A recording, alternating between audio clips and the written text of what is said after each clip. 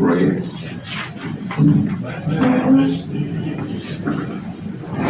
Let's bow our heads and remember that we are in the presence of the Lord. Heavenly Father, Lord Jesus, we thank you so much for this morning, for your love and kindness to us, Lord. For your grace and mercy, Lord, that you died at the cross to save us, to redeem us, and to restore us back, Lord God, to your most holy presence. Lord, we just ask your anointing and your blessing for this morning's meeting, Lord. We believe, Lord God, that you are here and you will fill our hearts with joy, with knowledge, with wisdom, Lord, and with revelation on the topic, what is the most important thing, Lord God, for us in this very end of time, Lord. And we believe, Lord, that you are going to come soon, and we want to prepare our hearts, especially, Lord, for this country. We pray, Lord, progress and the peace, and also, Lord God, the prosperity, Father. And bless everyone that are here, Lord God, the attendees and the officers of CCL. Lord God, make us one in harmony, in unity, and may you be glorified today, and all praises be unto you. In Jesus' name we pray. Amen. Amen. Amen. Hindi po tayo nalang tayo. And we'll on Brother Danley to tell us what is CCL.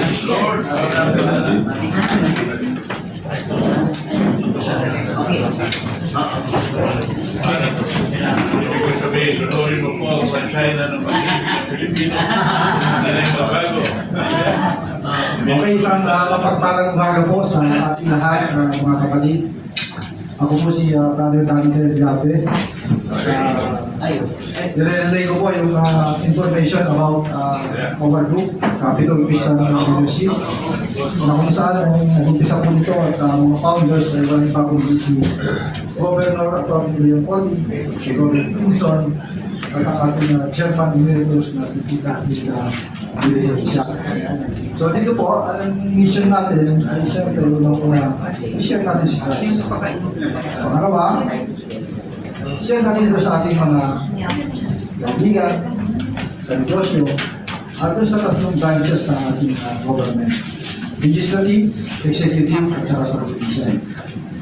At dito po, makikita natin na yung verse na pinagsasalihan natin tuwing Tuesday ay matatagpuan sa Proverbs 14:34 na sinasabi, righteousness exalts a nation, but sin is a disgrace to any people. So yung ating core values dito na sinasabi ay nakapaloob dun sa apat na letra. Walang iba kundi love. At nakapaloob dun sa una, relationship, dun sa una yung core values na love ay dun sa leadership, pangalawa yung obedience, pangatlo yung pagiging victorious, at yung pang-apat para magkaroon tayo ng empowerment sa isa't isa. So yun po yung Capital Christian Leadership na kung saan ay wala ko tayong tinataas dito kundi ang pagmamahal ng Diyos na nasa puso natin. Wala ko tayong denomination o relihiyon na itinataas. Yung pagmamahal lang po ng Diyos dahil napili tayo sa mga oras na ito para magkasama-sama doon sa information na ating matatanggap sa pamamagitan ng pagmamahal ng speaker natin. So yun po yung Capital Christian Leadership at kapuhin ng Diyos sa imagen.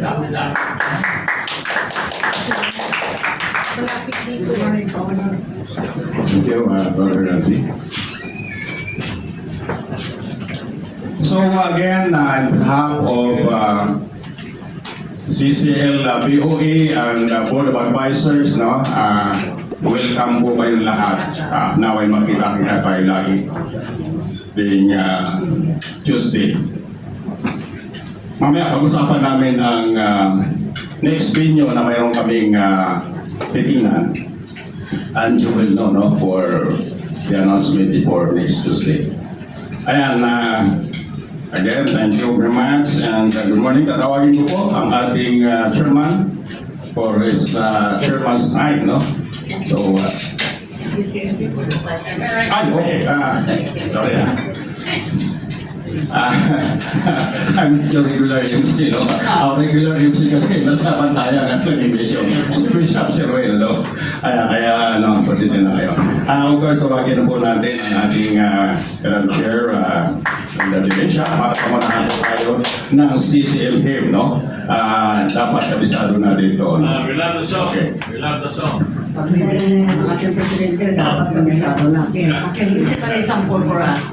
When you are is lonely. Okay, let's see. When the heart is lonely and the spirit depressed, let's sing the bond of fellowship and make the day our best. When death begins to waver and life has lost its thrill, let's take a trust in Jesus and strengthen our will. Thank God in the morning when the mind is free. Yes, Him with thanksgiving, and He will hold us dear. So let's keep upholding our beloved CCL. The Lord is tender mercies and hold us not here. Second time around, faster. Okay. Minang tawagin ko kayo, be careful. Okay. Pastor Ronnie, you know what song? Okay. Ang ganda voices mo eh. Second time around, this one. Thank God. Okay. Seek God in the morning when the night is clear. Greet Him with thanksgiving, and He will hold us near. So let's keep upholding our beloved CCL. The Lord is tender mercies and hold us each of us He will.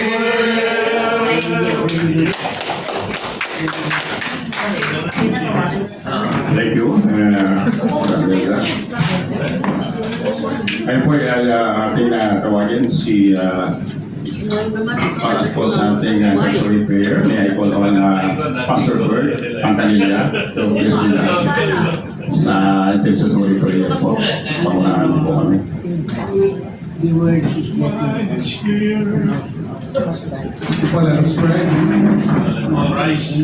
Father, we come to you for prayers this morning, and we would like to thank you for gathering us together. And at this time, Lord, we would like to intercede on behalf of our mission. We pray, dear Lord, that ikaw po, Panginoon, ang siyang manguna sa aming bansa. Nawa po, Panginoon, ang mga elected officials, Panginoon, ay inyo pong gabayan sa kanila pong pagpaplano, Panginoon, ng mga bagay-bagay, Panginoon, mga panukala sa aming pong bansa. Nawa po, Panginoon, ang mga polisiyang ito, Panginoon, ay makatao, makabayan, at hindi po makasarili. Kung sa ganun po, Panginoon, ay ikaw maluwalhati sa Panginoon ng aming bansa. And Lord, we pray, Father God, hindi lamang po ang aming bansang Pilipinas, ang aming pong tinataas. Tinataas din po namin sa inyo, Panginoon, ang buong mundo. Amen. Panginoon, ay napakarami pong mga kaguluhan ang nangyayari. We pray, O God, na kayo po ang inaangkin namin, Panginoon, kina-acknowledge namin that you are our God who is the Prince of Peace, at hinihiling namin na nawa, Panginoon, ay magkaroon po ng kapayapaan sa buong mundo. Panginoon, hinihintay po namin ang inyong pagbabalik. At naniniwala po kami, Panginoon, kung kami magkakaisa, Panginoon, kung kami, Panginoon, magsisik sa inyong Panginoon. At ang bansang ito, Panginoon, at ang buong mundo, Panginoon, inyo po, Panginoon, patatawarin, tiringin yung aming panalangin, Panginoon, at kami po, Panginoon, inyong pagkakalain. Maraming salamat din po, Panginoon, nag-i-intercede din po kami on behalf, Panginoon, of our OFWs, Panginoon, na nasa ba't ibang dako ng mundo, Panginoon. Nawa, Panginoon, ay kayo ang siyang magbigay sa kanila ng courage, Panginoon, magbigay sa kanila ng comfort, magbigay sa kanila, Panginoon, ng mga pangangailangan nila sa araw-araw. Lord, alam namin na hindi po lahat ng mga OFWs namin, Panginoon, nasa mabuting kalagayan. Ang iba po sa kanila ay maaari pong nagdaranas ng iba't ibang uri ng problema. And we pray, Father God, na nawa po, gamitin ninyo ang aming pong bansa, Panginoon, ang mga sangay ng aming gobyerno, Panginoon, para matugunan ang kanilang pangailangan. And we also pray for the host countries, Panginoon, na nawa po maging makatao po sila sa amin pong mga OFWs. And Lord, we also pray sa mga unreached people groups, Panginoon, sa buong mundo, na nawa po, Panginoon, ang gospel ay makarating po sa kanila. Napakarami po, Panginoon, na mga hindi pa nakakarinig ng inyong magandang balita ng kaligtasan. Napakarami po sa kanila, Panginoon, nabubuhay na mamamatay sa araw-araw, Panginoon, hindi man lamang nakarinig, minsan man lamang, Panginoon, ng presentation ng gospel. And we pray for them, Lord, na nawa po, Panginoon, ay kayo ang magpadala ng maraming mga misyonero, Panginoon, sa kanilang lugar upang sila, Panginoon, makarinig ng magandang balita ng kaligtasan, magbukas ng kanilang puso, Panginoon, tanggapin kayo sa kanilang buhay. Kilalanin kayo bilang kanilang Diyos, bilang kanilang Panginoon, bilang kanilang sarili ng kaligtas.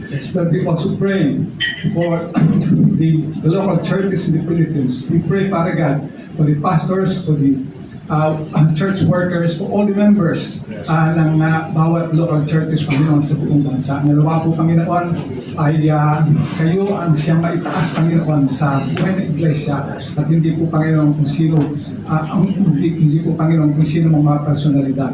Kayo nawa, Panginoon, na magbigyan ng kagalati ang karangalan, Panginoon, sa buhay ng iglesia at sa buhay po ng bawat isang miyembro ng iglesia.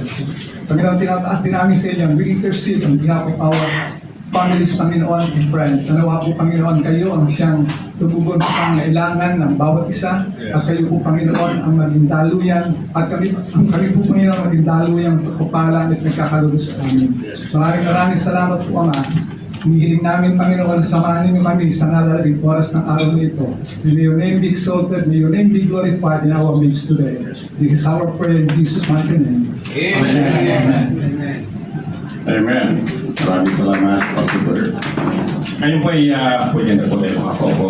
Pakinggan po natin ang chairman's time at itawagan po natin si Pastor PJ.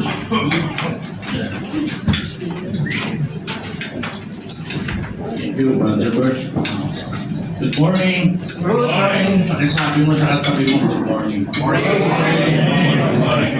Hindi pa kasi morning na. I love you, I love you. Kasi mga, depende naman sa sekretary mo.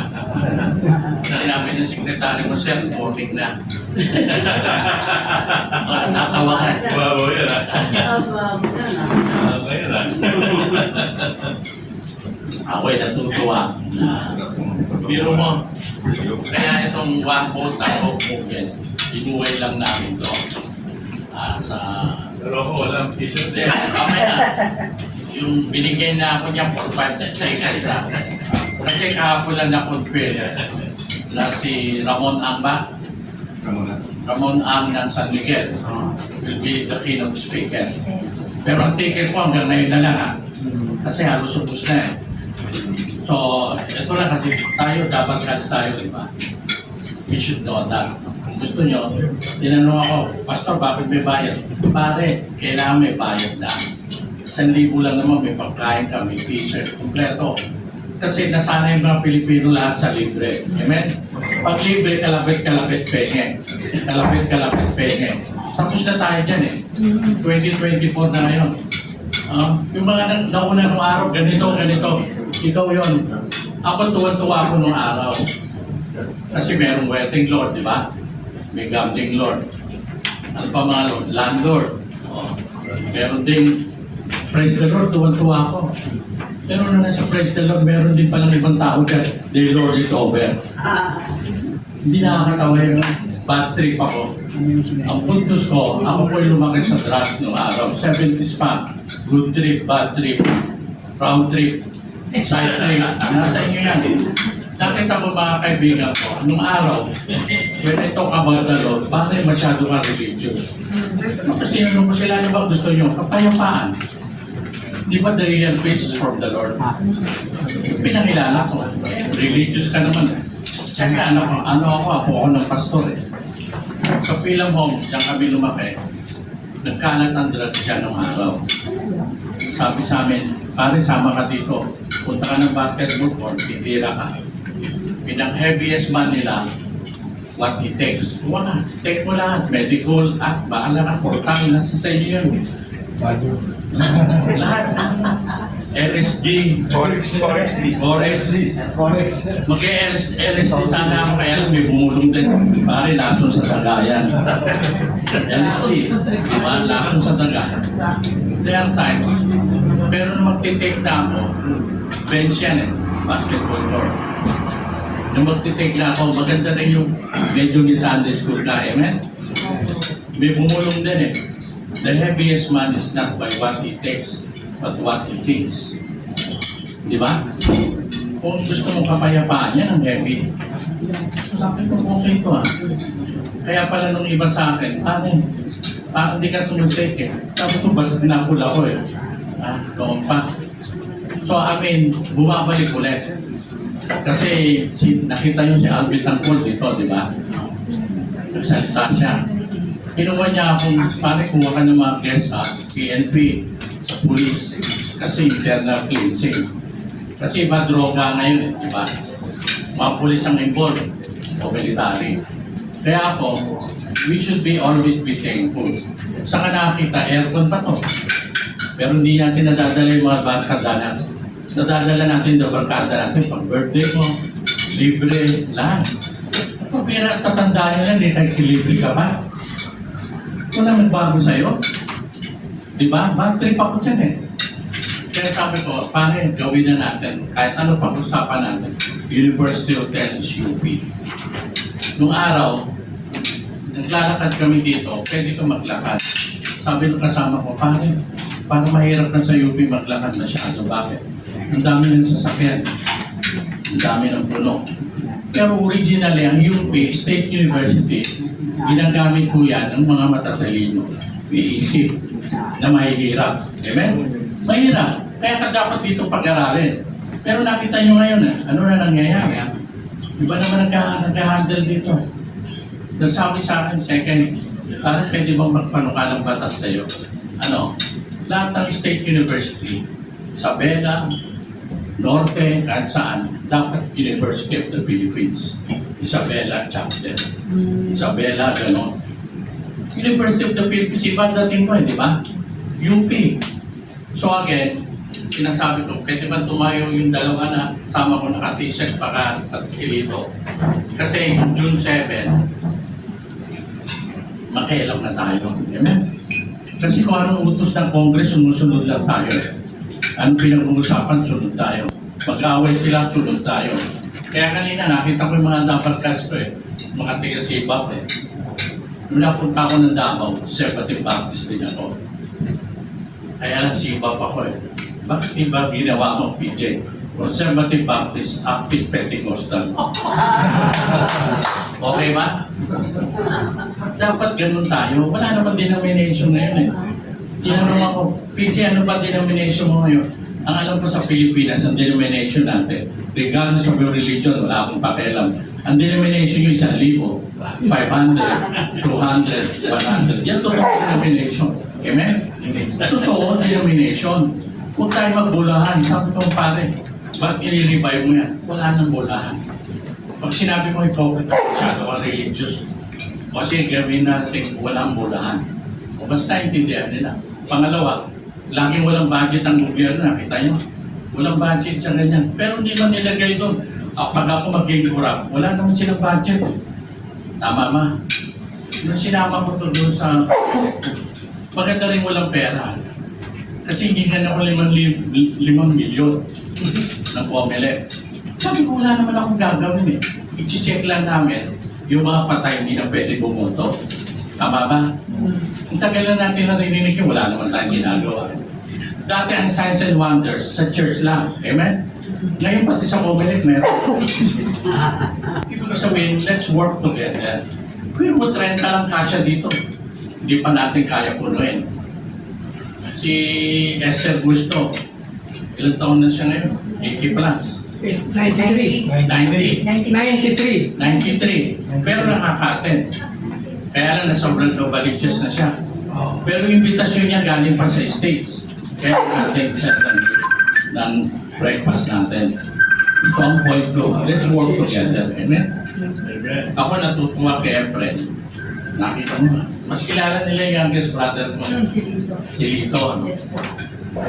Sabi nga nila sa akin, bakit yan ang unang namatay? Youngest brother mo. Si Lito. 8 kami, siya ang unang namatay.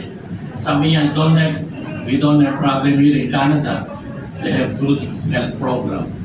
Pero siya ang unang namatay. Biniro siya ng isang motor for Pigar Mindanao. Bakit siya nauna? Kasi sabi ng mother ko, sino sasama sa langit? Una siya nagtaas eh. O kaya siya nauna. Amen? Tayo, we should be creative. Amen? Pero yung iba kasi nakikialam eh, sa akin, titirahin ako. Ano walang ganyanan? Trip yan eh. Lumakay ako sa trip eh. Bad trip, good trip. Wow, pare. Ikaw si Superman Super. Nanda ka sa 4th floor, ikaw si Superman. Tumalong ka. Praise the Lord, di ba? Yung pinalitan ko, bangketa lang eh. Takot siya. Kasi parang ang taas eh. Pero very expensive. Nagkamali siya ng baba. 85,000 ang gastos niya. Tayo, may mga edad na. Ingat din tayo. Amen? Meron kayo 20% discount sa hearing. Lumapit din kayo sa akin. Tsaka sa Christian community, ang problema natin. Kung may gusto kayong sabihin sa akin, amen? Kapitan mo ako. Tayong dalawa mag-usap. Kasi lumaki ako sa double cuts eh. Kung may atraso ako sa'yo, paano suntukan tayo? Bakit? Ba't may labas ko? Eh sa community natin, hallelujah, praise the Lord, paano naman kita? Kaya ako dinamatay noong 2021 eh. Kasi pag namatay ako, merong lala sa bangkay ko may magsasalita eh. Si PJ ba naman ko yan? Iiyak pa. Baka tumayo ako dyan eh. Baka ko yun eh. Ang dami sinabi niya, kilala ko yan eh. So ganun dapat ayusin na natin, bayan natin. Pumunta ako ng Amerika, sabi ng mga apo ko pamangkin, how come in the Philippines? Always crying. Hindi nyo napansin, dami tayo may iyakan eh. Mga madrama tayo eh. Iiyakan ka. Lahat ng pelikula. Kaya maganda ngayon. I'm happy now. We're here. University of the Philippines. Ano ka ng batas niya? Pare. Kaya babalik ng media. Okay? Kasi ang baling-mali natin, Ronnie, alam mo yan. Ang binibida natin sa media, Boy Pentamli, Boy Cadena, Boy Ginto. Ang bandado, bandido. Yun ang binibida natin sa film eh. Kasi tinanong mo, pare, pinakamura dyan, 30 million. Eh mga Christian naman, ayaw mag-invest eh. Bakit? Sana siya libre. Pag sinabi mo libre to, punong-puno nga. Libre! Bakit dapat di tayo gano'n? Dapat tayo mas maya. Bert, sabi ko kay Bert, Mr. President, pakilala mo yung speaker. Kung hindi, GC ko lang. Tama ba? Tama. 5, huwag masyadong mahaba. Amen? Kasi sinabihan kami ni Edward Kahangidor. Parang mas mahaba yung introduction sa akin. Hindi, talaga totoo yan, di ba? Hindi ba kayo nakakatin dyan? Maglulupat ka eh. Uwi ka na eh. Kaya Bert, thank you. Ito, dapat ka nagpakilala sa kanya. So, pakinggan natin. Joe, sorry nakikita kita kumakain. Pero si Joe Ingles, yan ang unang-una nakita ko ng anak ng Foreign Affairs, panahon ni Marcos. Pero nakita nyo nandito. Dito niya nakilala si Lord sa atin. Kasi nakita nyo yung program namin sa minsan walang pangalan, di ba? Pag walang pangalan, bigla kang tinawag. Ito, pinag-pray natin si Bert. Ito, sabi sa akin si Ingles, para sa tagal ko na dyan, bigla niyo ako tinawag, opening prayer. Nabulabog siya. Friend, President, to introduce ang speaking. Thank you, sa iyong mga inspiring talks today. Ang ating pong tagapagsalita ngayong umaga ay papasalamat po tayo kay Pastor Bert Panal. Kasama po namin sa church, sa Commanding First United Methodist Church, na siyang nag-invite, no? Nirefer. Dapat siya ang aking speaker, but sabi niya, I will recommend, no? Our speaker today, no? Si Brother Efrain. So, he was once a system analyst, no? Ng San Miguel Corporation. Amen. Makati, no? And he was also a manager of Levi's Strauss Philippines. He is also a former businessman. Kaya lang naging businessman na silang Panginoon. No? Ayan. And owner, meron siyang company, owner siya ng NTCU, Interior Inc., na government ang kanilang produkto, manufacturing, no? Like Madam Hilda, no? Sa government distribution.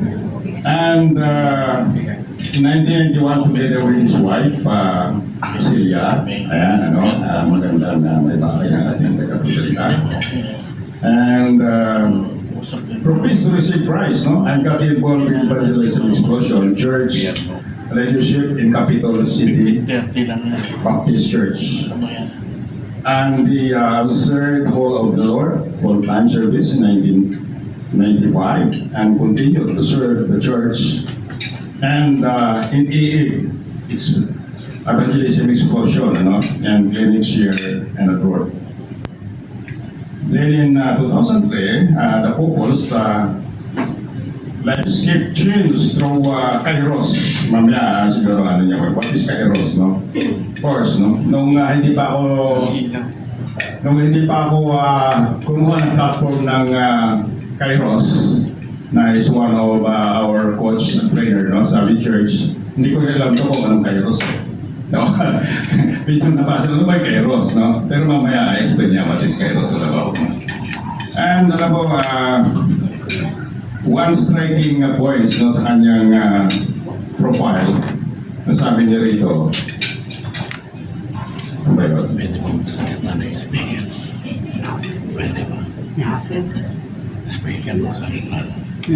Saan na ba yun? Lahat ko eh. Hindi. Introduce mo na lang yung kapatid. Kasi, Opo, sandali lang kasi yung cameraman nag-aantay. Sabi niya kasi ganito eh, ginulo ng Kairos ang buhay ko, pero inayos niya ang puso ko. Amen? Gulong isip ko, Oo. pinayos ang puso ko. Ayan, no? Nahanap ko nga yung praise na yun eh. Wala dito eh, no? Saan ba yun? Ito. Ang Kairos ginulo ang utak ko, pero inayos niya ang puso ko. Amen? Ayan. So, sige po, at tawagin na natin ang ating tagapagsalita ngayong umaga, si Brother Efren. Let's give a applause.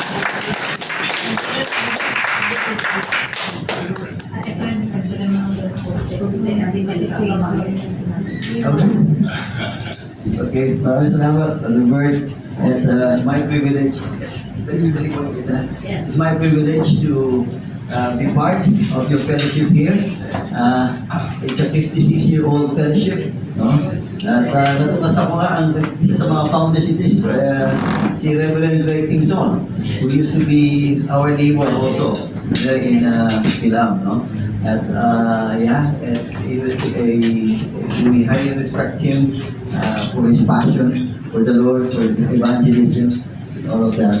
But anyway, yung sinabi ko ni Reverend is a testimony ng isang pastor na kumuha ng Kairos course, no?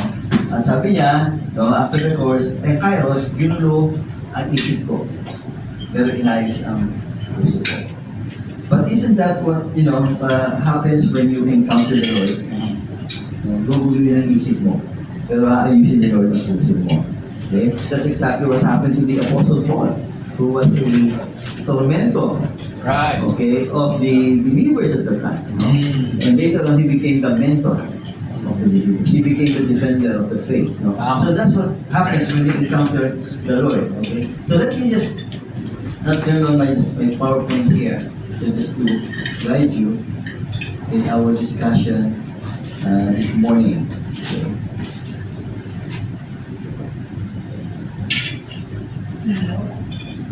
Okay. Are we on here now? Okay. So, basically, I think I mentioned nga kanina, no, that we are almost at the end. Parang sabihin ko nga, we are in the last 2 minutes. No? Kung baga sa basketball, we are in the last 2 minutes. Okay. We are very, very close. Some say, we are, but I would say we are very, very close to the end. No? So we now live in a fast-paced, complicated world. Napaka-komplikado, di ba? Pati yung mga bata, iba na yung mga gadget. No? So sa mesa, family gathering, titignan mo, wala nag-uusap. Kanya-kanya cellphone. That's a family gathering. Reunion. So ganun po yung nangyayari. No? Sa church, nawawala yung mga bata. No? I know, sa church sila, after part, halos na uubos, nawawala. Ano nangyayari?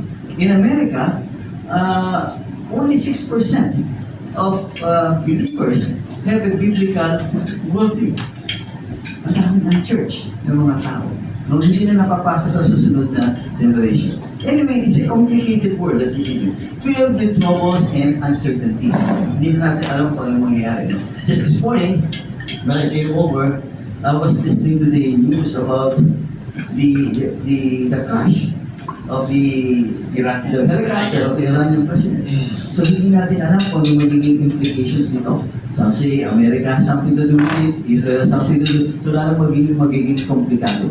Okay? And we're around the world now, the news, nakasenter lahat sa Israel. Okay? And that's what the scripture says. We should not be surprised at that. Okay? The center stage of Christ's coming will be in Israel. So mapupunta po lahat yan. Okay? So, in the face of all of this, no, so I'll start with my slide with a lot of post-it notes. So parang, ito po yung ating mga priorities sa buhay. No? So, remind here, ang dami natin ginagawa. But in the midst of all of this, okay, the question to ask is, what's most important? Okay? Kasi kung ano yung pinaka-importante, you will give the top priority. Right. Diba? Kahit sa bangko, sino yung unang pumasok may number, top priority, number 1 ka number. Okay?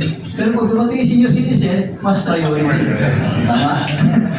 Susot sa pila. Okay? So, merong lane, no? May special lane. That's what I like about the Philippines. So, sa Pilipinas lang yata merong gano'n eh, no? Sa ibang bansa, parang wala. No? Pati yung mga 20% seniors discount, yes, back pa. No? We enjoy that. No? And that's what I've been enjoying for the last 12 years. No? So, mag-guess nyo na yung edad ko. Okay? So, question is, what's most important? What's most important to you?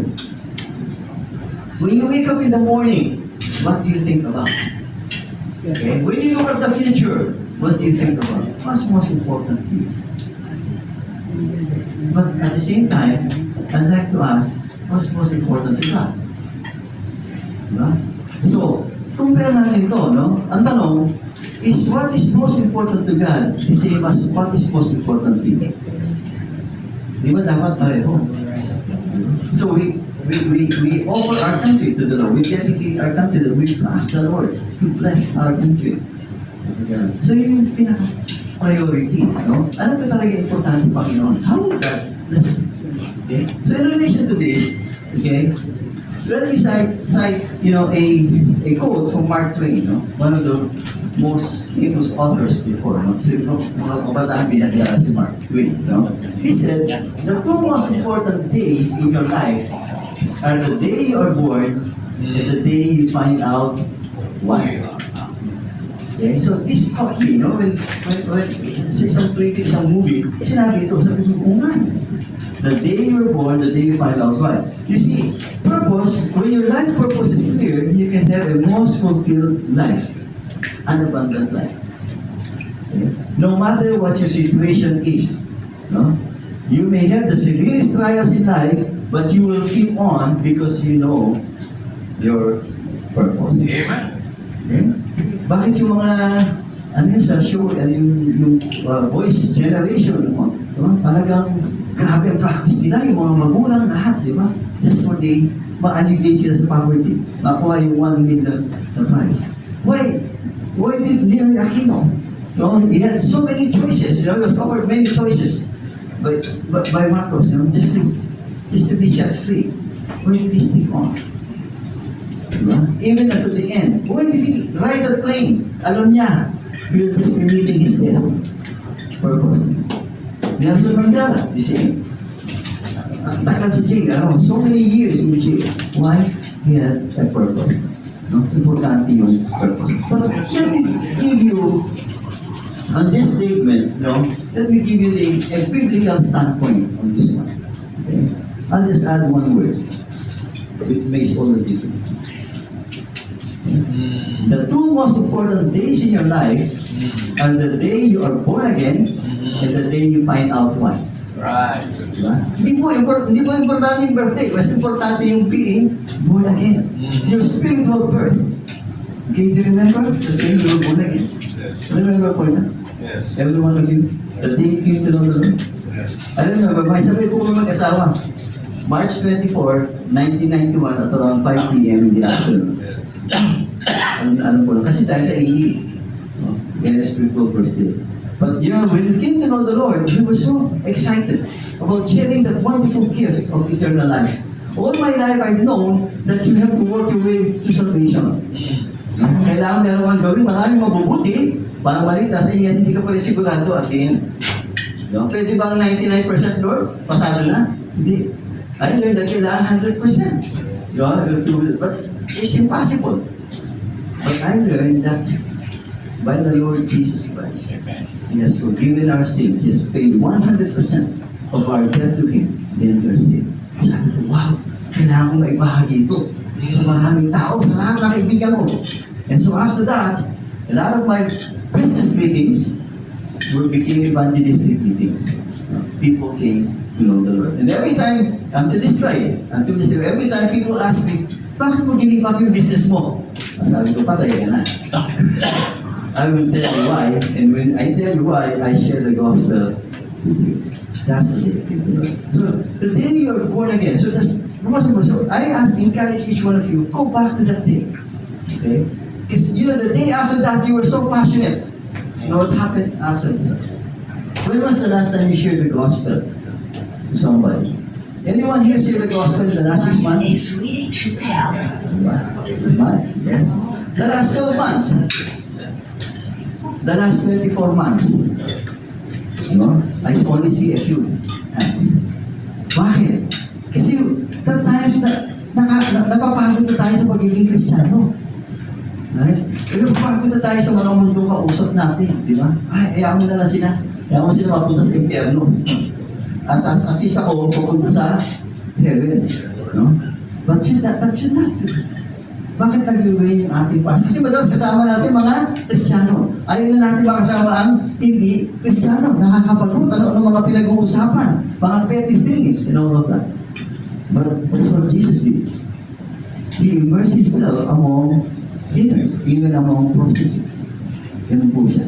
Kaya ako, minsan pag may mga reunion sa college namin, yan, minsan din, ano?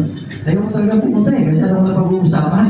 Mga worldly things. But, again, Holy Spirit is telling me, go there. Because it's an opportunity for you to share. Right. Take advantage of that. Intentionally be among sinners. Be among unsaved. That's why it is very important. And so the next thing is the day you find out why. Have you come to the day you found out why the Lord saved you? Ano ba yung purpose sa iyong salvation? Okay. So, let me share this with you. Have you ever asked yourself in the past or even now, this question, Lord, what is your purpose for my life? Pero mo sa Panginoon. Every now and then you ask this question. I ask several times. But then again, I don't get very definite answers. Minsan ito sagot, minsan another one. Minsan i-change another one. Sabi ko, hindi. And I found out, after the Kairos course, after we took that course, that was life-changing for us. I found that it was a wrong question. It's a very faulty question. So if you have the wrong question, you have the wrong answer. Right? You don't get the right answer. So what is the right question? And I would like to share with you the two most important questions of a Christian, in a Christian's life. Okay? First question is, you see that? The question is, what is God's purpose? Question. Nothing else. Okay? And after knowing God's purpose, after being clear about God's purpose, you begin to ask, how does my life serve God's purpose? Then you will get the right answer. Okay? So we need to find out what is God's purpose. You see, a lot of believers today are not clear on this. Kaya sabi ni Alan Redpath, the famous preacher once, he said, you can have a saved soul and yet a lost life. Okay, so maraming Kristiyano, saved nga, pero just wandering, parang wandering in the wilderness. Hindi rin nila alam ano yung purpose ng salvation nila. But ang alam na nila, I'll go to heaven when I die. That's it. Parang nakabili ako ng insurance from hell. That's it. Nothing else. Magtitiis na lang ako sa mundong ito. Anyway, pagkatapos ng pagtitiis ito, pag namatay ako, sa heaven ako pupunta. Doon ako mag-enjoy. Doon natin enjoying life here. So what about the abundant life Jesus promised? What about the purpose-filled life that the Lord promised us? Okay. So, I think ito yung buong tamang tanong. You see, what happened is, this life is not about us. It is all about God. Okay? Bakit? Kasi si God, from the very beginning, had a plan. And everything that happens that happens in this world is part of God's plan. Pati po yung pagbagsak ng ating mga buhok. God knows that. He counts the number of our hairs. Okay? He is mindful even of the birds that fall. Alam niya. So the reason why you're here, right, is for God's purpose. The reason we're all gathered here is for God's purpose. He's looking at a certain end. Okay? What is that end? No? Let's go back from the very beginning. No? Ano ba yung purpose ni Lord? We have to find out this one. So, we go back to creation. It says there in Genesis 1:27, God created man in His own image. Okay? Male and female, He created them. Kung sa side trip lang ako sabi, male and female. Diba? Ngayon, male, female, plus, LGBTQ, and all the letters of the alphabet. That's how complicated the world is. That's why I know, just for that reason, I know the Lord is coming soon. Okay? We have reached the apex of our wickedness. No, nadidivide po yung church over that issue. Even now. Okay? I hate to say that, but it's sad. No, hindi po dapat. Yun ang pinag-aawayan. Ayun. Bakit? No? But He blessed them. Okay? Sabi dito, He blessed them. So there was a blessing already from the very beginning. The moment He created them, male and female, He blessed them. For what? When God blesses you, there's always a purpose. Okay? Hindi nga naman bless, because kung walang purpose, hindi bless na niya lahat. But God has a particular blessing for His people. Sabi niya rito, be fruitful and increase in number.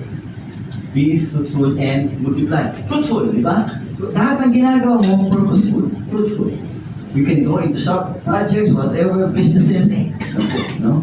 And I heard, some of you, talking to some of you, are accomplished people. You've been very fruitful. Right? Despite that we are part of a fallen creation. Okay? Be fruitful and increase in number. Sabi niya, fill the earth and subdue it. Kumalat kayo, punuin yung buong mundo ko. And then i-manage nyo para sa kabutihan ng lahat. For everyone's benefit. That was the Monday. Okay? And Pastor Richard.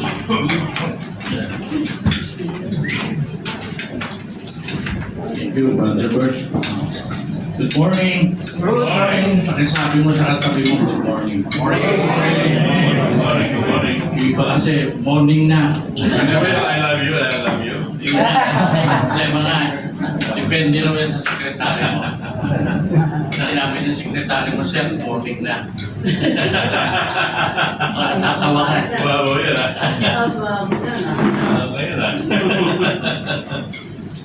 Ako'y natutuwa. Biro mo, kaya itong one vote ako movement, inuway lang namin to. Sa... Pero ako walang t-shirt Hindi, mamaya. Yung binigyan na ako niya for 5 seconds lang. Kasi kahapon lang na-compare na si Ramon Ang ba? Ramon Ang ng San Miguel will be the keynote speaker. Pero ang ticket ko hanggang ngayon na lang ha. Kasi halos ubus na eh. So, ito lang kasi tayo, dapat cuts tayo, di ba? We should know that. Kung gusto nyo, tinanong ako, Pastor, bakit may bayad? Pare, kailangan may bayad na.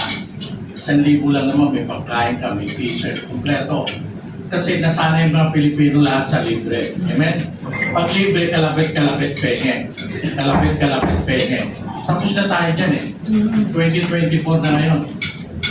Yung mga nauna nung araw, ganito. Ikaw yon. Ako tuwan-tuwa ako nung araw. Kasi merong wedding lord, di ba? May gambling lord. Ano pa mga lord? Landlord.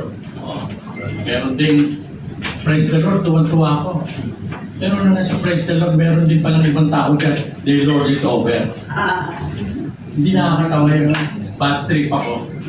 Ang puntos ko, ako po yung lumaki sa drugs noong araw. 70s pa. Good trip, bad trip, round trip, side trip. Nasa inyo yan. Nakita ko mga kaibigan ko, nung araw, when I talk about the Lord, bakit masyado ka religious? Tapos tinanong ko sila, ano ba gusto nyo? Kapayapaan. Di ba the real peace from the Lord? Pinakilala ko. Religious ka naman. Siyempre, ano ako ng pastor eh. Sa Pilam Homes, diyan kami lumaki. Nagkalat ng drugs siya nung araw. Sabi sa amin, pare, sama ka dito. Punta ka ng basketball court, titira ka. Pinang-heaviest man nila, what it takes. Wala, take mo lahat. Medical, bahala ka, portal, nasa sa inyo yun. Lahat. LSD. Forex. Mag-LSD sana ako kaya lang may bumulong din. Pare, lason sa tagayan. LSD. Diba? Lason sa taga. There are times. Pero nung magtitake na ako, bench yan eh. Basketball court. Nung magtitake na ako, maganda rin yung medyo ni Sunday school ka. Amen? May bumulong din eh. The heaviest man is not by what he takes, but what he thinks. Di ba? Kung gusto mong kapayapaan, yan ang heavy. So sabi ko, okay ito ah. Kaya pala nung iba sa akin, parang di ka tumutake eh. Sabi ko, basta pinakula ko eh. Noon pa. So bumabalik ulit. Kasi nakita nyo si Albert Tangkol dito, di ba? Nagsalita siya. Kinuha niya akong, pare, kuha ka ng mga guests sa PNP, sa police, kasi internal cleansing. Kasi iba droga ngayon, di ba? Mga police ang involved, o military. Kaya ako, we should always be thankful. Saka nakakita, aircon pa to. Pero hindi natin nadadala yung mga barkada natin. Nadadala natin yung barkada natin pag birthday mo, libre, lahat. Pero tatandaan nyo lang, hindi tayo libre ka ba? Wala nagbago sa'yo. Diba? Bad trip ako dyan eh. Kaya sabi ko, pare, gawin na natin. Kahit ano pag-usapan natin. University of Tennessee UP. Nung araw, naglalakad kami dito, pwede ka maglakad. Sabi ng kasama ko, pare, parang mahirap na sa UP maglakad masyado. Bakit? Ang dami ng sasakyan. Ang dami ng puno. Pero originally, ang UP, State University, ginagamit ko yan ng mga matatalino. Iisip na mahihirap. Amen? Mahirap. Kaya ka dapat dito pag-aralin. Pero nakita nyo ngayon, ano na nangyayari? Iba naman nag-handle dito. Dahil sabi sa akin, second, parang pwede bang magpanukalang batas sa'yo? Lahat ng State University, Isabela, Norte, kahit saan, dapat University of the Philippines. Isabela chapter. Isabela, gano'n. University of the Philippines, iba dating po, di ba? UP. So again, sinasabi ko, pwede ba tumayo yung dalawa? God so He had made, it was very good. It was perfect. Pag sinabi ni Lord, good lang, maganda na yun. Pag sinabi niya very good, grabe yun. So perfect. Wala na mas makakaganda pa doon. Okay? It's perfect. Why? Now, let me give you this supposition. Bakit niya sinabi ito sa kanya? Why be fruitful and increase in number? Okay, remember, they were created in the image and likeness just like each one of us. Now, what does God want to do? Bakit niya sinabi, fill the earth, fruitful, be fruitful, multiply? He wants to spread images of God all over the world. In short, He wants to fill the whole earth with His glory. This is what God is after. Praise the Lord. He wants to fill the whole earth with His glory. Kung kumalat si Adam and Eve, lahat, multiply, marami lang, the whole earth will be filled with His glory. All reflectors of God. Yeah. One time I was reading an article about North Korea. Diba? Ang daming pictures ng si Kim Il-sung, yung founder, no? Kailangan, yung picture niya everywhere you go. Kailangan i-worship mo yung picture niya. So he wants himself glorified. That's the dictator is. And God wants himself glorified. If that dictator wants himself glorified, the more God wants himself glorified. Because he is the creator, he is the sovereign God. Amen. So, he is glorified. So, gusto niya glorified. Now, of course, alam natin, hindi nagkasala si Eva at si Adan. Yet, 2 chapters later, Genesis chapter 3, okay, man fell into sin. But, did he stop? Tumigil ba itong plano ni Lord? No. It's still there. As a matter of fact, the fall of man was part of God's plan Right. for His glory. No? Kasi kung nagkamali siya, nasabihin lang niya, delete. Palitan natin itong creation, kaya-kaya niya, di ba? Delete, parang sa delete. Yung picture, ay malabo yung picture, delete. Take the picture again. God can easily do that. Di ba? Kung sasalita siya, there is again the creation. But He did not. Why? Even when Adam and Eve started to sin, he was looking at an end. A certain end. Okay? Part of His plan, His vision. What is that end? That end is the fulfillment of His passion. The whole earth filled with His love. Makikita pa rin niya. Okay? Makikita niya lang. Wow. Kasi, tayo kasi no finite beings, chronological tayo mag-isip, sequential. Si God, sabay-sabay lahat. Yung past, present, future, kita niya lahat yan. Diba? Para sa traffic, hindi mo makita. Ikaw, nandito ka, hindi mo makita, ito lang sa dulo. Pero kung nasa helicopter ka, kita mo, magkabi ng dulo. That's how God is. He is sovereign. Okay? At makikita natin sa Book of Revelation. You know, the scripture tells us the end. What is that end? And we're looking at that end. And it says, the Revelation 7:9 says, after this I looked and behold a great multitude that no one could number, no one can count, from every nation, from all tribes and peoples and languages, standing before the throne and before the Lamb, clothed in white robes with palm branches in their hands. So everyone, people from every tribe, nation, and language worshiping God. That's how. So ito po lahat ng mga nations worshiping God, the whole earth will fill with His glory.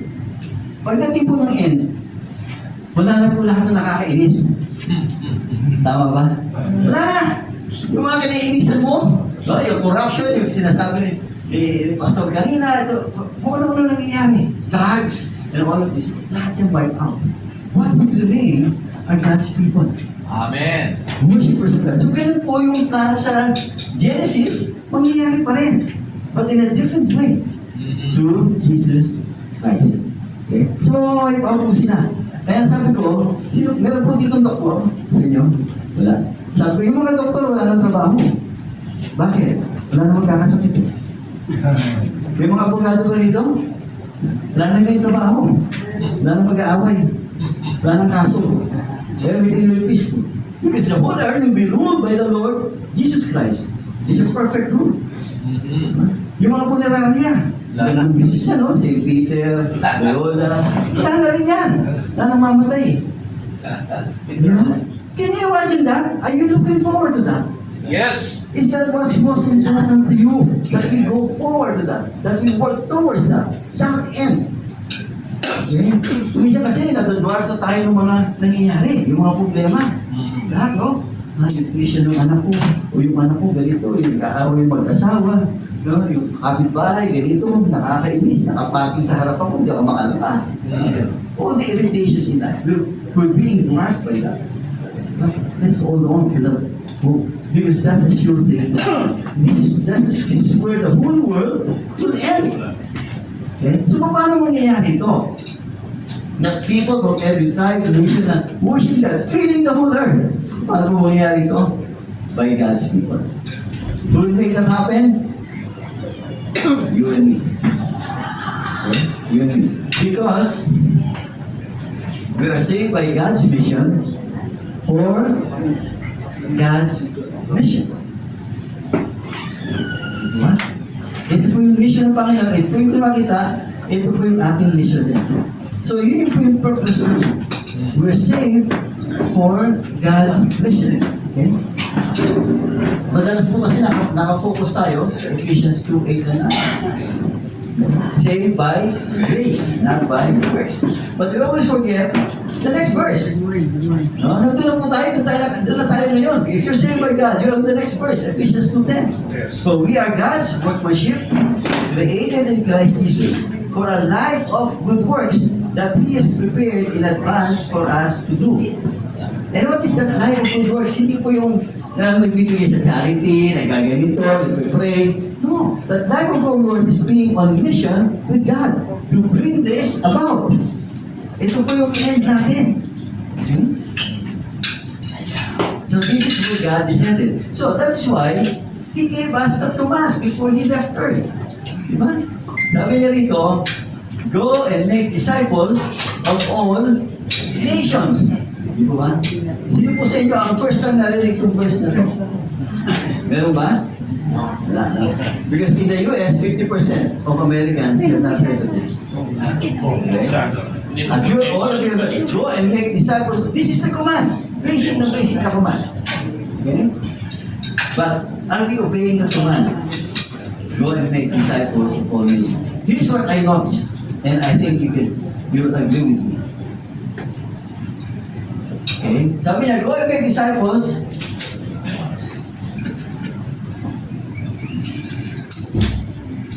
Nakita niyo? Nagkaroon ng period after disciples, nawala yung nations. A lot of churches today, a lot of Christians are making disciples. Very serious about making disciples. Period. But that's not the command. The command is go and make disciples of all nations. Okay? Na-omit po yung nations. And I call this the Great Omission. Hindi na po siya Great Commission. Nawala yung letter C. It's the Great Omission. Okay? And isn't that true? I wonder, even in this room, how they're involved in making disciples of all nations. So, to do this, if there are not all nations, I need to define what nations is. Okay?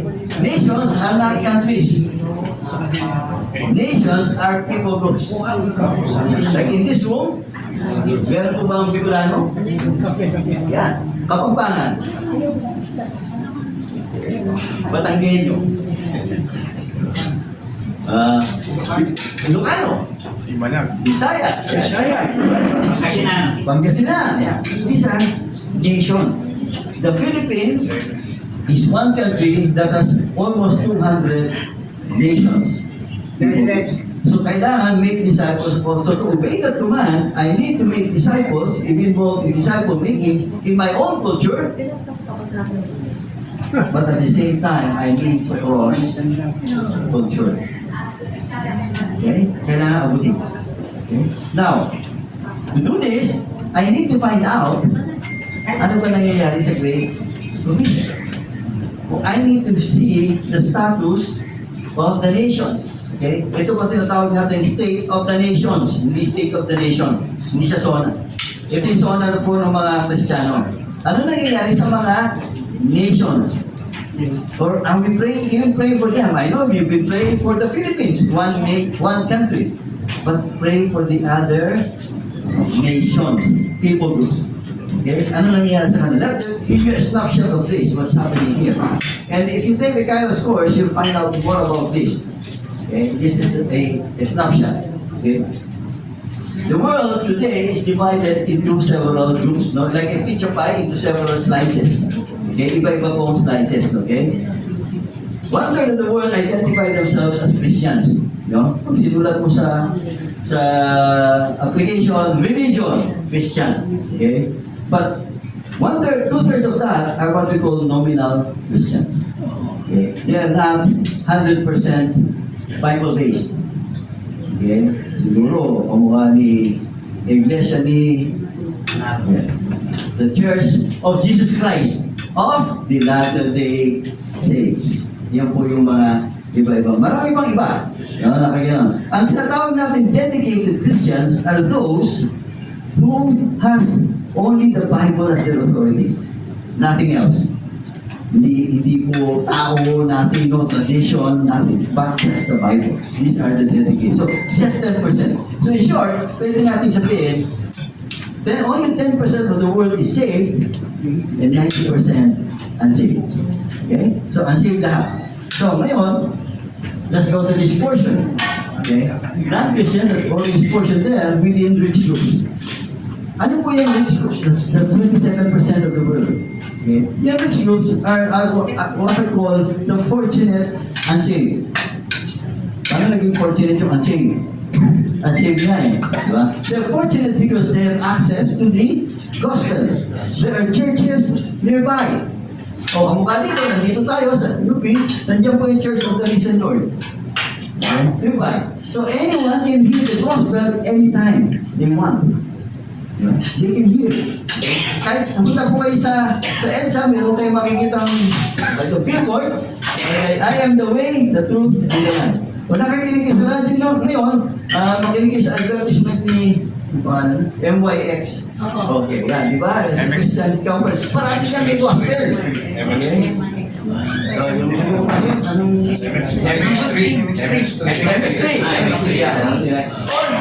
You pass down, dati, you pass by West Avenue, makikita niyo yung Capital City Baptist Church kasi nagkaroon po ng diskusyon dyan eh. Sabi ni Bishop Fred, tinataas natin Baptist. Dapat nataas natin si Jesus. Diba? Tinaalis siguro, sige, how about you do about it? So, palitan natin yung signage. Gawin natin malaking sign, only Jesus saves. Tapos sa baba, maliit na maliit, Capital City Baptist Church. Naalala niyo, Mr. Rey, ano ko napansin yun? That's the sign, only Jesus saves. Alam nyo, siguro may mga 10 tao na nasave. Pumasok sa loob ng church because of that sign. Nakita nila, and they got saved. Okay? Kaya lang, pag may sumusulat mo sa amin, to the pastor, only Jesus saves church. Nawala na po yung Capital City. Only Jesus saves ang pangalan ng church. Okay? So, where is Jesus Christ? Okay? So, yun po yan. So, marami po dito sa Pilipinas, rich na, di ba? Marami ng mga churches nearby. But, I'd like you to have special attention to this one. The red portion. Non-Christians within unreached groups. Kanina po, ewan ko napansin niyo, pinag-pray ni Pastor Bertrand. At the end of his prayer, the unreached people groups. Yan po siya. Sino po ito? Ito po yung mga tao, araw-araw, namamatay without hearing the gospel even once. Not even once. They die every day. And I call that the great injustice. Bakit sila kailangan mamatay without hearing the gospel? I answer this one. Sino po sa inyo, the first time you heard the gospel, tinanggap ng Panginoon? Minsan na may siya sa inyo, tinanggap nyo. Wow, praise the Lord. Meron po. Okay? And the rest of us, di ba? Lahat tayo matitigas ang ulo. Di ba? Hindi the gospel, sa na yan. Talaga sa yan, di ba? How many relatives of yours have been sharing the gospel to 1,000 times, hindi pa rin nakikinig? Di ba? Hanggang, ipipres na bago siya mamatay, makadinig. Di ba? So, ganun po. And yet, these people here, not even once. Tayo, hundreds and thousands of times we've heard the gospel. Okay? These people die without hearing the gospel even once. You go down to a community in India, inarasan mo there, kilala niyo ba si Jesus? Sabi niya, ay, walang ganyan nakatira rito. Baka doon sa kabilang village, meron. Subukan mo. Diba? Eh, sabi niya, si Coca-Cola, kilala niyo? Oo, kilala namin. Si McDonald's, ay, kilala namin si McDonald's. But si Jesus, try the next village. So, how would they come to know the Lord? Ganun po yung sitwasyon nila. Okay? So, if you were like Apostle Paul, diba? Sabi niya, it's my ambition to preach Christ where He is not known. Saan po kayo pupunta? Dito? Sa Orange? O dito? Definitely, pupunta si Paul dito. Well, saan dito? Which one? The orange, the red, or the green? Saan? Where is the gospel most needed? Right there. Unheard, never heard si Jesus. right there. So what is the church doing today?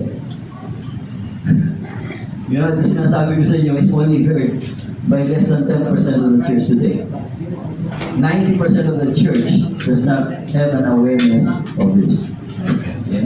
So, fulfilling the Great Commission means saving the unsaved. Yeah? Okay, we continue sharing the gospel to our neighbors, to the marketplace, to wherever we are, wherever we can reach them geographically, but at the same time, without neglecting reaching the unreached. Marami pong ways how to do that. Okay, we have to be intentional about it. Okay, so therefore, to completely obey, saving the same within it. Yeah, tama po yan. Okay. Now, we need to look at the finish line. Yung red portion na yun po yung finish line. Okay? Jesus said, ito po yung finish line. This gospel of the kingdom will be proclaimed throughout the whole world as a testimony to all nations. And then, the end will come. So Jesus' condition is to turn on the preaching of the gospel to all nations. Kailangan maabot sila. Yung nasa pulang yun, ang issue, kailangan abutin. Okay? Why? Not everyone will be saved, but all nations will be reached. Okay? So, kasi may iba nagdadahilan, ay, ba't pa ako pupunta dyan dahil ang daming ang saved dito ah. Okay.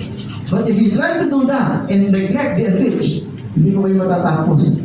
Hanggang mamatay na kayo, hindi ba masisave lahat sa paligid ninyo? Because the scripture does not say so. Only a few. But, when you reach the nations, the end will come. Ano bang gusto natin? Just keep on sharing the gospel to the unsaved or Christ to return? Diba? It's Christ to return. Okay, we want the end to come. Kasi I'm trying to pound on that. We want the end to come. Every believer should long, should love the appearing of our Lord Jesus Christ. Kung talagang mahal mo siya. Right. Diba? Di ba kung may mahal ka na sa ibang lugar, OFW, 20 years ka, you know for that relative, your loved one to come. At kung bumalik siya, bago siya bumalik, paghahandaan mo lahat. Kahit bigay mo yung pamasahe niya pabalik. You will work for the return of your loved one. Because we long to see him. So ang tanong ngayon, if you are a believer, if you are in the Lord Jesus, do you long for him to come? Today, there are 17,000 nations, 17,400 people groups today. So meron po tayong research yan. I can give you that. You can Google or log on to Joshua Project. Sila po yung gumagawa ng research. And God has blessed us with research today. But you will know the status of the Great Commission. 17,000 people. So Joshua Project. You can Google that. After that, you can ask me. Download nun yan. Nandiyan ang app. Ang dami nyo matututunan dyan. Okay? But out of the 17,400 people groups, ilan po yung unreached? 7,400. Ito po yung ito po yung finish line. If we reach the 7,400 is reached, then the end can come. Ito na yung fulfillment ng Matthew 24:14. Okay? Ito po siya. So let's look at the task in perspective. Okay? The remaining task. Okay? 7,400. Ito po siya. Yun ang finish line. Okay. Anong highest force? Gano'ng kalaki ang church? Kaya ba ng church ito? We have more than 5 million churches in the world today. In the Philippines, we have around 94,000 churches already. In the Philippines. Gano'ng kadami? Okay? So, kung paghahati-hatihan niya, if we come together, if we unite, and we can have a ratio of 700 churches for one Muslim people group. Kaya bang gawin? Kaya tapusin if we do this? Yes. Sa Pilipinas, we have only 13. No? Out of this, 13, 13 po pa ang Muslim people sa Pilipinas. Lahat po sila Muslim. And they're mostly in Mindanao and Palawan. Okay? And we have one organization that's reaching out to them. So if you're interested in part of the network, Pastor Bert and I are part of that group, Creative Prime Movers for Transformation. Reaching out the 13 people groups. This is people in the Philippines, bringing closer to the Great Commission in the Philippines. Ano po siya? The task can be finished in our generation if only the church is mobilized.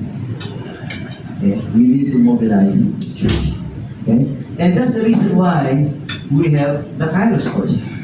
Okay? Yun po yung Kairos course. Kaya dinivelop po yan. Okay? Ang WAFI kasi yung Kairos Course, yung isa, gusto na na-immobilize yung churches sa Mindanao kasi nandun yung listening po, Kairos with the sample dyan mamaya. Okay? But later on, it spread. The entire Philippines, and now it's more than 100 countries of the world. So the Kairos Course is a Philippine-made course made in Butuan City. Wow. Okay? Pinoy na Pinoy po ito. It is God's gift to the Philippine Church. Bakit? Because the Philippine Church is very strategic to the least rich peoples of the world. Pag tingnan yung situation natin, yung ating location, nandun po tayo sa Southeast Asia, in the Middle East. Pag you study this, God has placed the in a very strategic location. That's why we need to pray for the country to be a blessing to all the nations of the world, not just to its own people. Okay? So when we pray for the Philippines, we pray na hindi na bibigyan yung mga problema natin dito. But God will use the Philippines as a blessing to all the nations of the world. Kasi bakit? Nakakalat po yung ating OFWs. Okay? At least 1 million Christians are scattered all over the world in every country of the world today. That's why kung may calamity, may nangyaring gera, may Pilipino bang namatay? Kasi, wala ba may Pilipino? Why? So he said, is this just a coincidence? No. This is the plan of God. This is why God scattered us. This is why God made us so poor in order to scatter and be a blessing to the nations of the world. No? Like in the Middle East, you can use your business already. You're very strategic. You're just positioned by the Lord already. Amen. Anywhere you are, wherever you're located, is strategic to God's mission. Kahit saan ka talaga, hindi po accident yun eh. Hindi po coincidence. May sadya po ang Panginoon sa inyong kalagayan today. No matter what your situation is. Okay? So I call Kairos the gospel to the Christians. Okay? It is the best news for every believer because you were saved for God's mission. You know your purpose of salvation. So you're saved not just to go to heaven, but to join God in His exciting mission to prepare for Christ's return. So we have this mission that every believer should be on mission with God. Dapat lahat tayo dito na Kristiyano OMG. Yeah? Alam niyo OMG? Yan, oh my God. On mission with God. OMG tayo lahat. Okay? Sabi nga ni A.T. Pearson, a missiologist, sabi niya, Christians need to be converted to missions. Just as the lost do to Christ. Okay? Marami mo kasi hiniwala yung mission. Ginawang departamento, ginawang option, ginawang ministry. No, that's our entire life. Sabi nga ni Patrick Johnson, the author of Operation World, sabi niya, Scripture, theology, and even Christians would not exist without missions. Therefore, a theology without mission is not a biblical theology. A church without mission is no longer truly the church. And a Christian without mission is no true disciple. He's just an admirer of Christ. Are we all just admirers of Christ? No. We are disciples of Christ. So we need to be on mission to God. So, marami po hindi klaro dito tungkol sa kanyang purpose, hindi ka sa mission. And I always say that a clear biblical understanding of God's mission is essential to experiencing the abundant life Jesus promised us. Why are you not experiencing the abundant life? Perhaps because you're not on mission with God. Mission is the path to maturity. Kasi pag nasa mission kayo with God, marami kayong situation of face that will challenge you. And you will see signs and wonders. Kung sabi ni Pastor Jojo, you will begin to experience signs and wonders from the Lord. Dito po sa mission, hindi po doon sa Comelec, sa missions po. Nandiyan. Diba? So, again, if you want that joy, that purposeful life, be on mission with God. You see, missions is not an option. Nor is it an added responsibility. Hirap na hirap na ako dito eh. Tapos ang dami ko pang ginagawa sa church. Tapos may mission pa. Diba? Yun na sabi. Kumisan nga. Pag lalabas kami sa II, mag-share kami ng gospel. Kapatid, sama ka sa amin. Mag-ibis tayo. Ay, kayo na lang. Yan ang calling nyo. Kami dito eh. Sa church. Kami dito sa Sunday school, kayo ang calling mo. Sabi ko, wow. Nakakagulat. What are the way people think today? Okay? Mission is the Christian's life. It is the reason why the church exists. Bakit tayo Kristiyano? Because we are to be supposed to be on mission with God. Kasi sabi nga ng isang Kairos graduate, no? Pastor Bert ang graduate, sabi niya, umiiyak yung bata, babae, she's in her teens, sabi niya, now, missions is not just a part of my life. It is my life. And how I pray that every one of us can say that mission is our life. God guarantees His presence, His blessings, and His provisions to every believer who pursues His unique part in the Great Commission. Actually, susunod na verse niya, sabi ni Jesus, and I will be with you when you go to the Great Commission. I will be with you to the very end of the age. Right. Okay? So, if you want God's presence, if you want Jesus' presence in your life, be on mission with Him. Guaranteed na guaranteed po yung presence. I will be with you to the very end of the day. And you will begin to experience the abundant life that He promised. In the same way that the disciples experienced that. Okay? You see, there are several ways to be meaningfully involved. We can go to the mission field. Okay? Iba kasi pag sinabi mission, missionary. Hindi lang po yun. This is one aspect of mission. You can also send.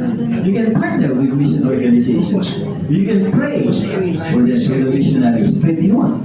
Sabay-sabay. No? Because prayer reaches the entire world.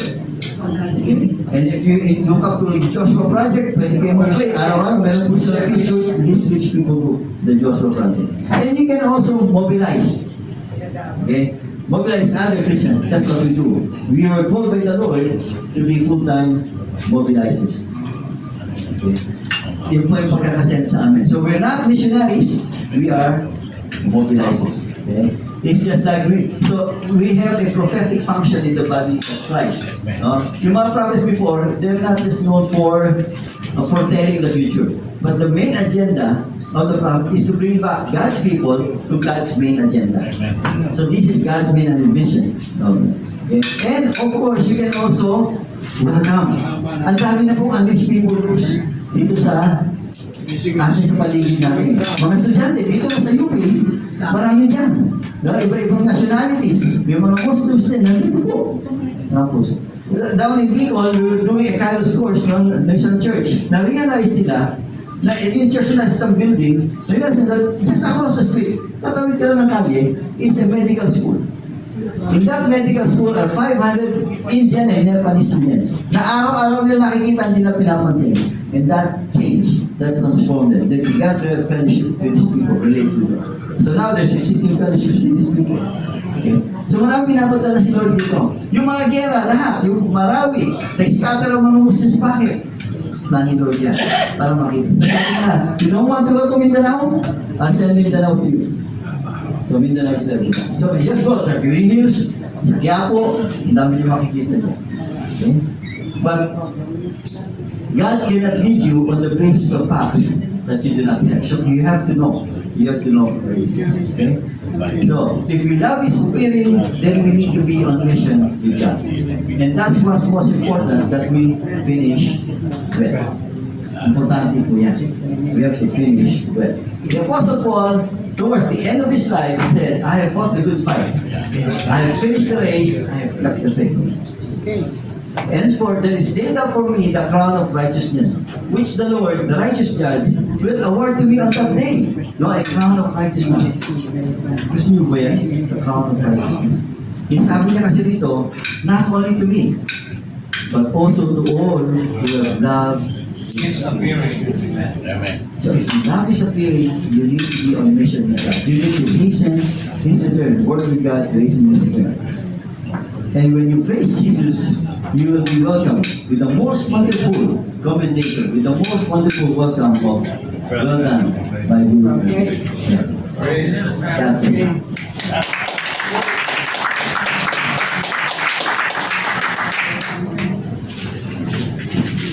Maraming salamat, Brother Efren ng Kairos. of the Philippines. Nagkalakad ako. Wala pa ako sa ang prayer ko makasabay sana.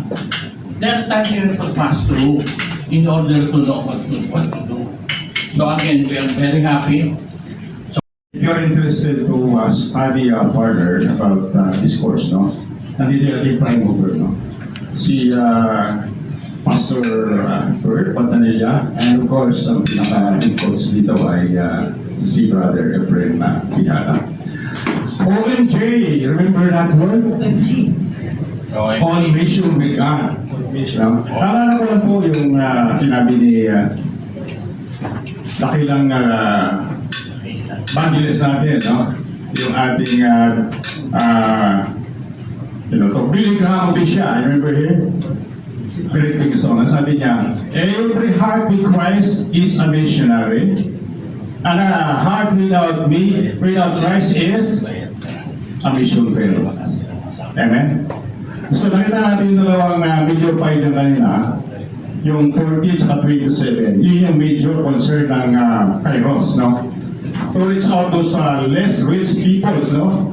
Yung 4,070, yung 7,400, ito yung mga tribes of people, no? For nation. That every missionary with kailangan may good, no? To reach out these nations or tribe of people, no? Yung reach out. Maganda yung ending po, no? And challenge sa atin, ano? Ayan, no? And what is most important is that, no? Sabi nga kanina, no? Why we are born again? And you should know why. And the answer is that the most important thing, right, is to know our purpose. Our purpose is to glorify God in what we are doing, no? Colossians 3:23 and Colossians 3:17, no? And everything we do, either we eat or drink or whatever, we must glorify God, no? Okay, now let's go to our Q&A. Offering muna, offering. Offering muna. Ay, sorry, sige, offering. Kalimutan natin yung offering, pinaka-important din. Sige po, si Esther, please,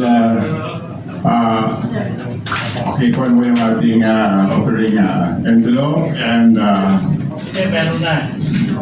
Iayos mo na, tawagan mo na. so, Kanta na tayo.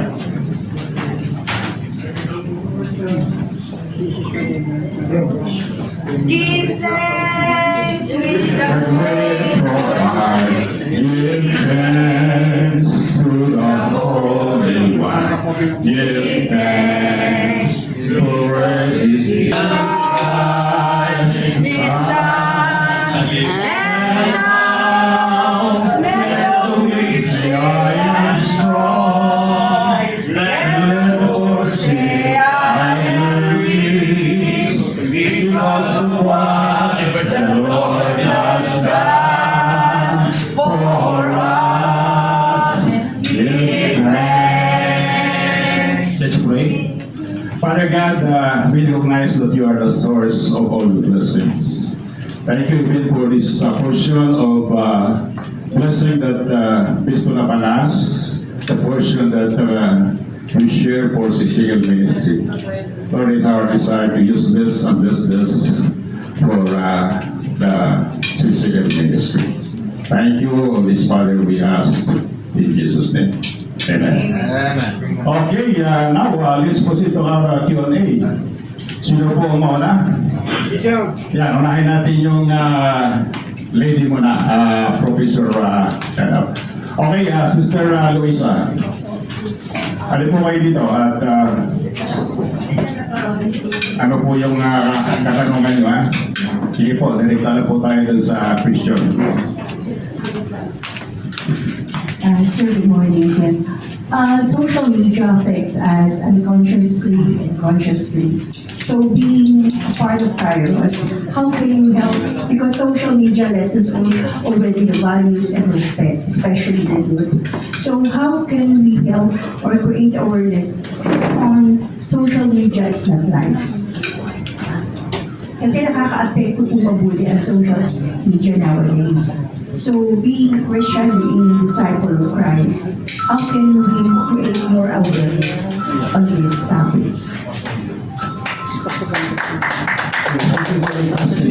But you see, there's a lot of Christians today involved in social media. As a matter of fact, they're one of the best. But the thing is, you know, they need to have a transformation in their worldview. And so when you take the Kairos course, you will see that. And then you begin to use your expertise, your skill in social media to influence. That's how they do it. So anywhere God places you, any gifting that God gives you, use it for His glory. Use it to accomplish His mission. Thank you. And next, where's Professor Dada? Pagkas ang kanyang kamay. Yes, Kuya Roca. Yeah. Alam po, ako nagkaroon ng interest sa inyong presentation. Naman ng mami ko po yung inyong presentation. We're so enlightened. Medyo nagagawin sa akin pong kaisipan. Ano po, at mayroong malaking pagdududa. Ano po? Ang tanong ko po ay pati po sa presentations. Be fruitful and increase in number. Fill the earth and subdue it.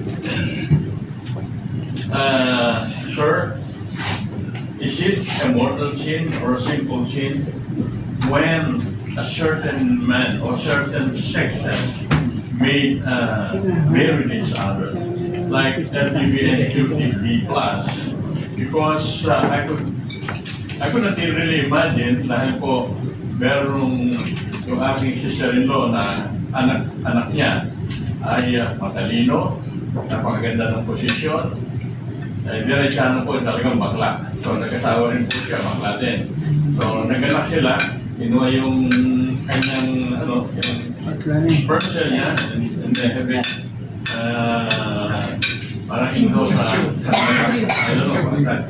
So sa isang babae, they pay for it until yun, ngayon malaki na yung bata. Ano po ba ito? Ito po ba ay kaaya-aya sa mata ng ating Panginoon na nangyayari dyan? Okay. Siguro naman, no, you just read the Bible. What is that to God? But let me tell you this, no? Okay. Parang, yung tao ngayon, parang, you remember si Abraham at si Sarah? Di ba? They made their own way as well. Hindi sila magkaanak eh. Di ba? Anong ginawa nila? Sabi niya, sumipig ka na lang doon sa tulong. Diba? Para ma-produce si Ismael. Diba? So, yung problema natin hanggang ngayon, Ismael, ang descendants ng Muslims is Ismael. Okay? So, you see, man has his own way. No? Sabi nga, he thinks his way is right, but in the end, it leads to destruction. So, yung mga ganung kaso po, hindi pa hopeless yan. We need to pray for them. As long as they have life, they can still come to know the Lord. At maganda po sila makakilala sa Panginoon para maging patotoo sila sa iba pang mga katulad nila. We need testimony. Marami na po nangyayaring ganyan. Yung mga same-sex marriage, tapos nakakilala sa Panginoon. And they became powerful witnesses. Kasi kahit po yung kahit po yung pagsasama nila, if you look at God, who is sovereign, He allowed that. He could have stopped that. God could have stopped that. No, yung marriage niya, God allowed it for His purpose. For His glory. So mag-glorify pa rin si Lord. So, but the thing is, we need to pray for them. We need to pray for this movement, ito mga LGBTQs. Okay? Kasi they're gaining ground, but the thing is, no one can stop the gospel. The gospel is still applicable to them. So they're not hopeless. Okay. Sure.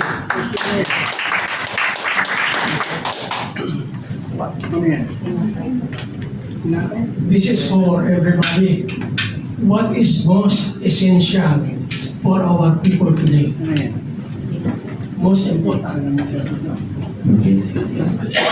It's a general question, but the thing is, what is most important is what will glorify God. Okay, what would God give glory?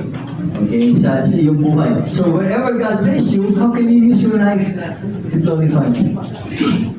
Para sa akin, it's morality. Right. We are immoral as a people, lalo na ngayon. It is between Jinggoy and Morales. Amen. Okay. Morality, hindi salvation. Kalukuhan yung salvation.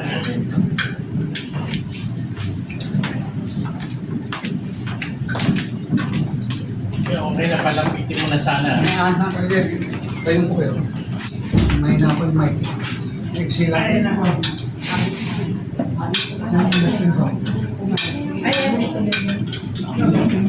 Akin na.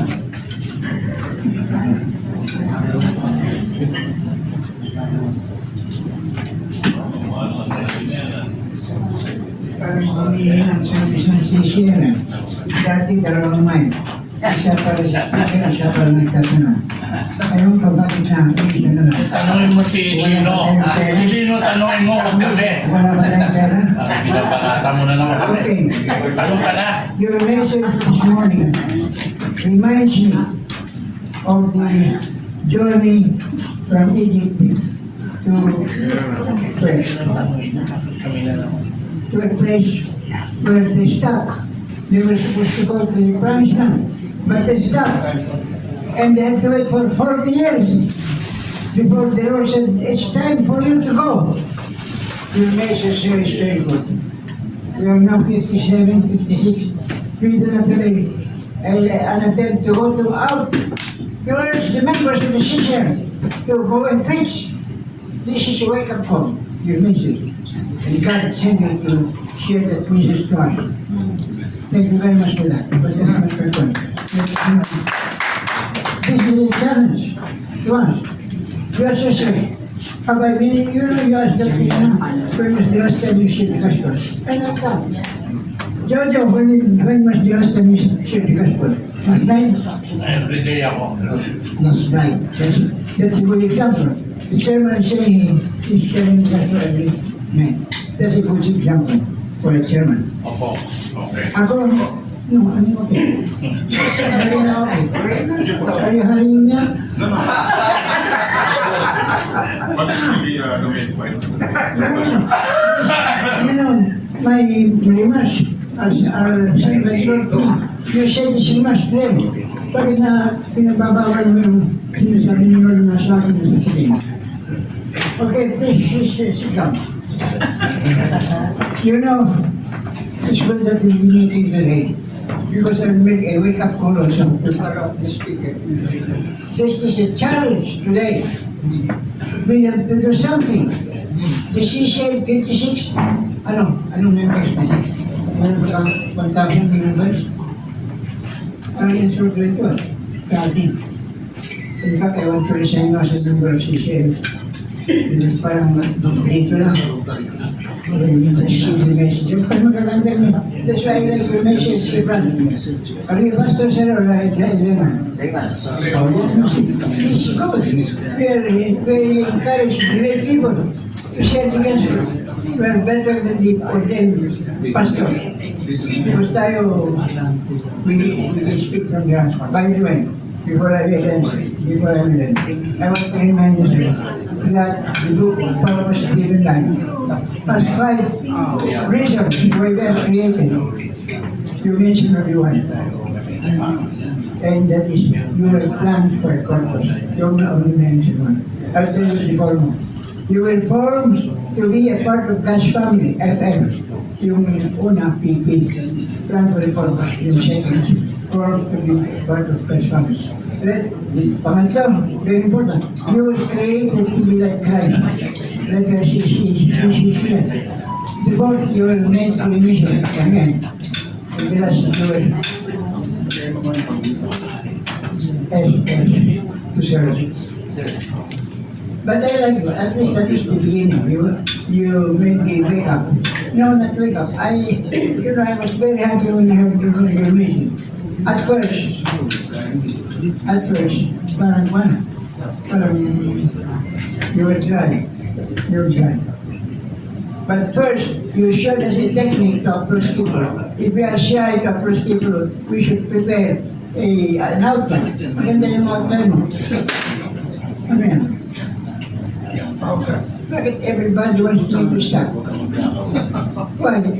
Are we stopping somebody who is talking about the Lord's plan? I'm 94 years old, and I have many things to share to you. And one of them is it's time to go out. It's time to go out. That would be a better rallying point. And Chisel, go out and share the gospel. Okay, thank you.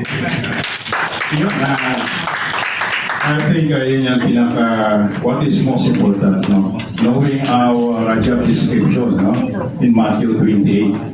Go therefore and preach the gospel to all nations, no? Yung people's group, no? Iyon ang pinaka-bottom line actually ng ating message this morning, no? Nabigay ng ating speaker. So, we have to think of it. If we lost sight of our job description, no? Ako ay, every time I ride a taxi, no? Meron akong inaabot, no?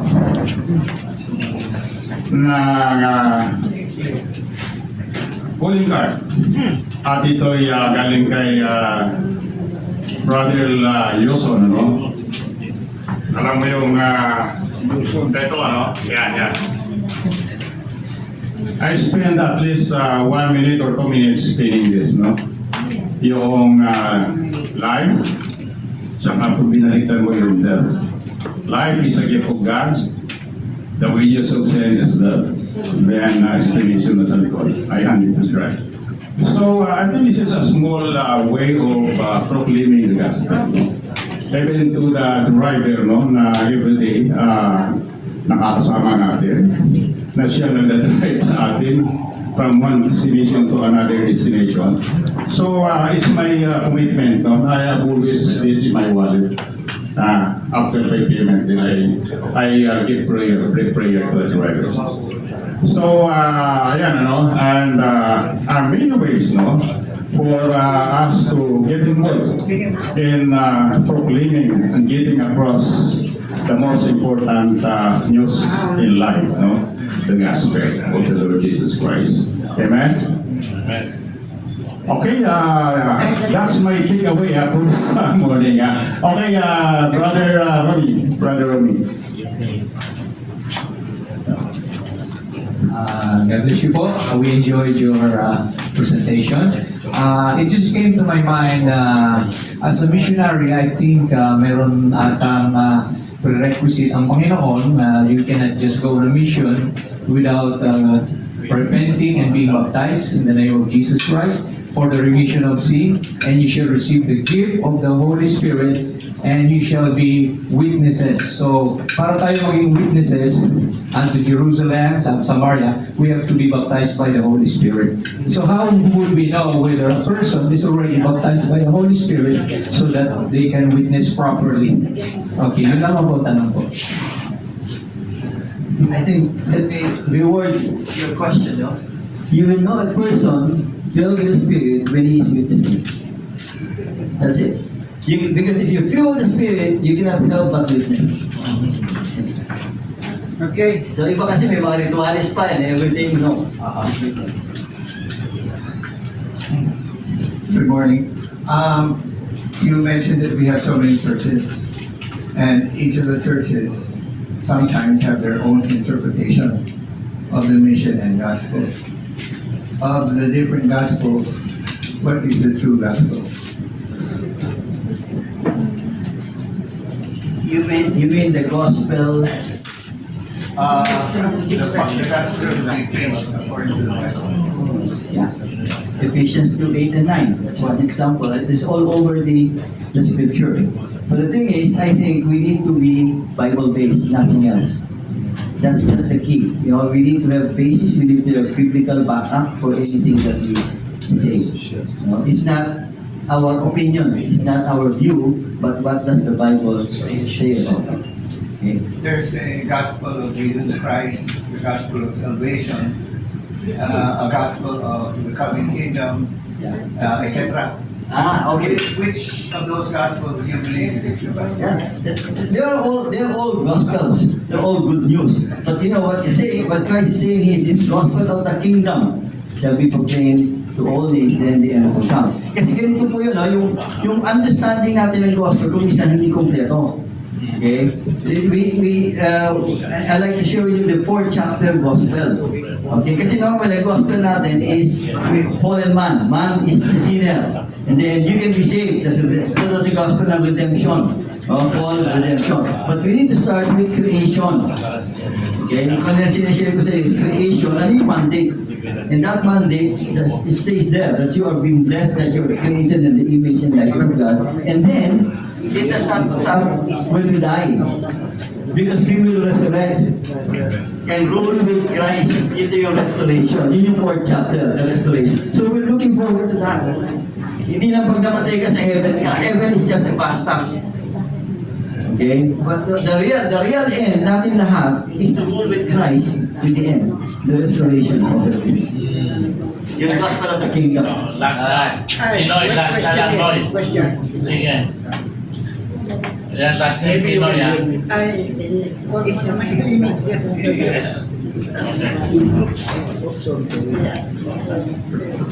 My question, good morning everyone. Morning. My question is, how come there are so many Christian denominations today when we are supposed to be biblical? Bakit nga marami tayong denomination daw? Yun na lang denomination. Ano mo ba? Bakit daw maraming denomination, no? Actually, 10 years ago, 35,000 ang denominations. Ngayon, nasa 42,000 na. Wow. That's how divided we are. And that's the work of the enemy. Yes. Okay, to divide us. Pero siyempre lang, we need to unite under one purpose, which is the Great Commission. Yeah. Kasi pag sinabi niyo yung Great Commission, isang sentence lang yun eh. Ba't hindi tayo magkaintindihan? We may differ in a lot of interpretation of the other parts of Scripture. But I think in that one, of the Gospel and the Great Commission, hindi po tayo pwede magkaiba. So we need to unite on that one, set aside our differences, no, and move forward. Because what? We want the Lord Jesus to come. Right. Yun lang. We need to love His appeal. What do we need to set aside for Him to come? Amen, amen. Okay, siya pang pahabol. Yes, please. I will give 500 pesos to anyone who can give the right answer. But if you cannot give the right answer, you pay 100 pesos. Okay. One of the things that I like that you mentioned, one word that I like that you mentioned. What is that one word that I like that he mentioned? Yan ang question. Kung makukuha ninyo, I give you 500. 500 pesos. Kung hindi niya makukuha, you pay 100. You pay 100 to the voters. I learned that from Jojo. That's why I'm asking the question. What is the word that he used that I like very much? Okay. Okay, so that I'm question that is very inihari na yung presyo na mas bigyan.